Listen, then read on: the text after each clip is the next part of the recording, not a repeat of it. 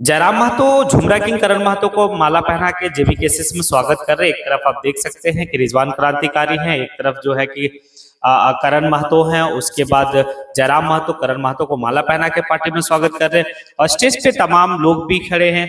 और जो ये चंदन क्यारी में जो है कि करण महतो को पार्टी में ज्वाइन करवा। जय हिंद, जोहार झारखंड। मैं शमशाद आलम। जैसे जैसे लोकसभा और विधानसभा का चुनाव नजदीक आता जा रहा है, वैसे वैसे जो है कि जेबी केसेस का सुप्रीमो टाइगर जयराम महतो अपने आप को एक परिपक्व नेता के रूप में साबित कर रहे हैं। मैं इसलिए कह रहा हूं क्योंकि इससे पीछे अगर आप चले जाएं तो रिजवान क्रांतिकारी को जेबी केसेस में लाना, ये जो है कि एक परिपक्व नेता का परिचय था। दूसरा जो है कि तीर्थनाथ आकाश से जाके मिलना, ये जयराम महतो अपने आप को साबित किए कि मैं अच्छा कर सकता हूं। और जो सबसे महत्वपूर्ण बात आज के टाइम में है वो ये है कि झुमरा किंग के नाम से मशहूर करण महतो को जेबी केसेस में ज्वाइन करवाना, जेबी केसेस में लाना। एक सवाल मैं आप लोगों से पूछ रहा हूं, क्या जयराम महतो को अमित महतो से मिलकर और उन्हें भी जो है कि जेबी केसेस में लाना क्या सही रहेगा? आप कमेंट जरूर करें कमेंट बॉक्स में आके। अब दरअसल बात को चलिए समझते हैं कि झुमरा किंग जो है कि कल तक जयराम महतो के साथ में मानव श्रृंखला में दिखते थे, लेकिन उसके बाद आखिर कौन सी बात हो गई कि झुमरा किंग करण महतो जो है कि जयराम महतो से अलग हो चलने लगे। तो चलिए यहाँ पर पूरी बात को समझते हैं। आप लोग को अच्छी तरीके से याद होगा कि जिस समय मानव श्रृंखला जब चला तो उस समय चाहे वो तीर्थनाथ आकाश हो, रिजवान क्रांतिकारी हो, झुमरा किंग हो या फिर जयराम महतो हो, मोतीलाल महतो, ये तमाम जितने भी उस समय का लीडर थे, वो सभी लीडर जो है कि एक साथ एक प्लेटफॉर्म में चल रहे थे सरकार के खिलाफ में।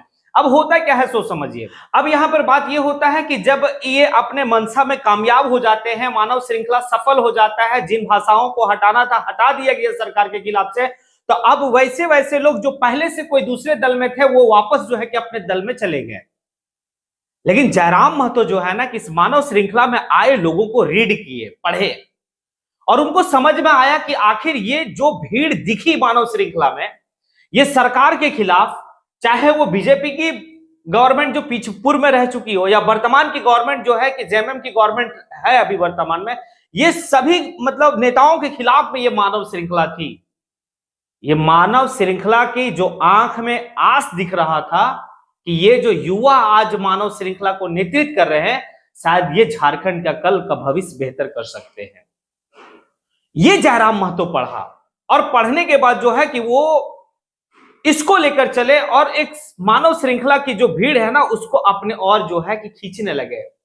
क्योंकि जयराम महतो में कहीं ना कहीं एक पढ़ा लिखा, एक बेहतर सोच का इंसान साबित हुआ और धीरे धीरे पूरे झारखंड में जो है कि एक लहर दौड़ी जयराम महतो का जेबी केसेस का। अब लेकिन वो क्या कर रहे हैं कि अब उनके जितने भी मानव श्रृंखला में पुराने साथी थे, सभी साथी को फिर से वापस जेबी केसेस में ला रहे हैं और वो काफी हद तक अपने मंशा में कामयाब भी दिख रहे हैं, क्योंकि रिजवान क्रांतिकारी उनके साथ आ गए। झुमरा किंग करण महतो जो है कि उनको माला पहनाकर जेबी केसेस में लाया गया। अब बड़ा दिलचस्प ये बात है कि जब ये लोग एक साथ एक प्लेटफॉर्म पे, एक स्टेज पे जब रहेंगे तो वाकई में जो है कि झारखंड का दशा और दिशा को बदला जा सकता है। लेकिन एक जो सबसे महत्वपूर्ण पॉइंट ये है कि एक और जो है कि योद्धा जो झारखंड के खतियान के लेकर, भाषा को लेकर, मतलब हक और हुकूक को लेकर जो हमेशा आवाज उठा रहे हैं, वो है आपका अमित महतो। आखिर अब ये जरूर मैं बल्कि जबकि मैं काफी वीडियो में इस बात को कह चुका हूं कि आखिर जयराम महतो जो है कि अमित महतो से कब मिलेंगे, तो मुझे भरोसा भी है, मुझे आशा भी है कि जयराम महतो जो है कि एक अच्छे सूझबूझ रखते हैं और वो बिल्कुल जो है कि अमित महतो से जाके मिलेंगे और अमित महतो से मिलने के बाद जो है कि वो अमित महतो को भी जो है कि अपने पाले में लाने का प्रयास करेंगे। क्योंकि अमित महतो खुद की अपना उनकी पार्टी है, केजीपी पार्टी है। आखिर वो लोग साथ में मिलकर चुनाव लड़ते हैं, सीट शेयरिंग करते हैं या फिर क्या करते, वो उनके बीच की बात है, अभी तो कुछ कहा नहीं जा सकता।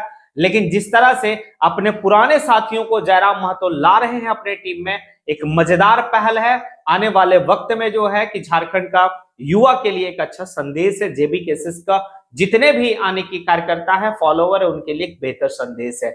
और बड़ा दिलचस्प रहेगा 2024 का विधानसभा झारखंड का चुनाव, क्योंकि इसमें देखा जाएगा कि अगर जेबी केसेस से जो लोग चुन के जाएंगे वहां पे विधानसभा में, सब युवा बात को रखेंगे ना भाई, विधानसभा फिर जो है ना सोचने और देखने वाला होगा।